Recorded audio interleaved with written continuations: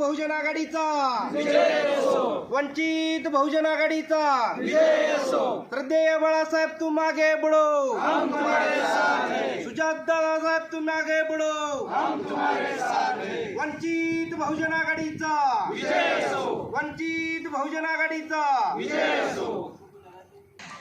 तुम्ही आज वंचित बहुजन आघाडीची बैठक बोलवली आहे, काय उद्देश आणि काय असतं?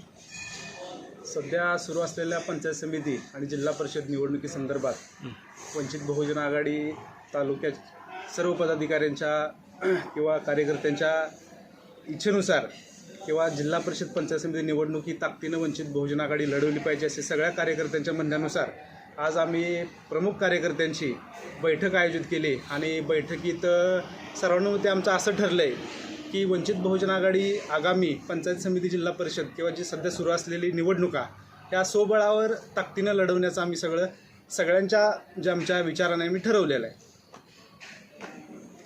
जर एखाद्या पक्षानं म्हणजे आता इथं गट चालू झालेत, सगळ्यांनी एकत्र निवडणूक लढवण्याचं संकेत आहेत, अजून पण काही त्यांचं ठरलेलं नाही, पण 99% अशी परिस्थिती आहे, तर त्यांनी तुम्हाला विश्वासात घेतलं तर तुमची भूमिका काय राहील? नगर परिषदेच्या निवडणुकीत बघितले की ह्या वेळेस कोण नेतं, कुठला नेता किंवा कुठला पक्ष कोणासोबत जाईल असं म्हणजे कोणच खात्रीने सांगू शकत नव्हतं। तशीच संभ्रमावस्था सध्या ह्या तिन्ही नेत्यांनी किंवा सगळ्यांनी आता सध्या पंचायत समिती जिल्हा परिषद निवडणुकीसंदर्भात हीच भूमिका जवळजवळ त्यांची आहे असं लक्षात येतं आहे।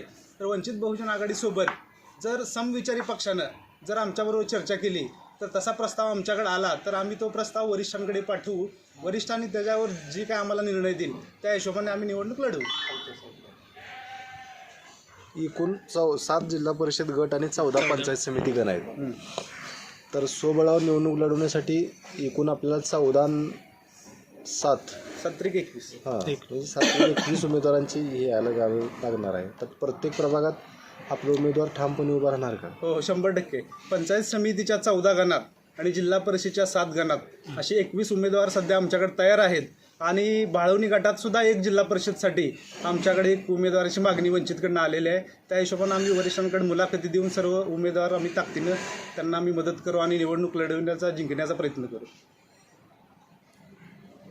आत्ताच्या राजकीय परिस्थितीवर तुमचं काय संभाषण आहे? आता जी सांगोल्यातली एकंदरीत परिस्थिती आहे किंवा त्याच्यावर वंचितची भूमिका, विरोधात जर राहायचं म्हटलं तर त्याच्यावर तुम्ही काय, कुठलं म्हणजे विजन काय असणार आहे तुमचं? कसं आहे, पुढारी किंवा नेत्यांना जनतेसाठी लढलं पाहिजे।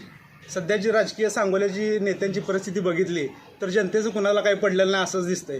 सगळ्यांनी आपल्या स्वतःच्या घरातल्या उमेदवारासाठी प्रत्येकासोबत कालचं बोलणं आज नाही, आजचं बोलणं उद्या नाही, ह्या परिस्थितीत स्वतःच्या उमेदवारी बाहेर पाडण्यासाठी किंवा स्वतःच्या घरातील उमेदवार सुखरूप म्हणजे व्यवस्थितरित्या बिनविरोध किंवा त्यांना कसं सेफ्टी वातावरण होईल अशा हिशोबाने त्यांची सगळी रचना चालू आहे। त्याला वंचित बहुजन आघाडी हा डाव त्यांचा 100% हाणून पाडेल। प्रत्येक गटात प्रत्येक गणात त्यांचा आमचा उमेदवार त्यांच्या विरोधात राहील।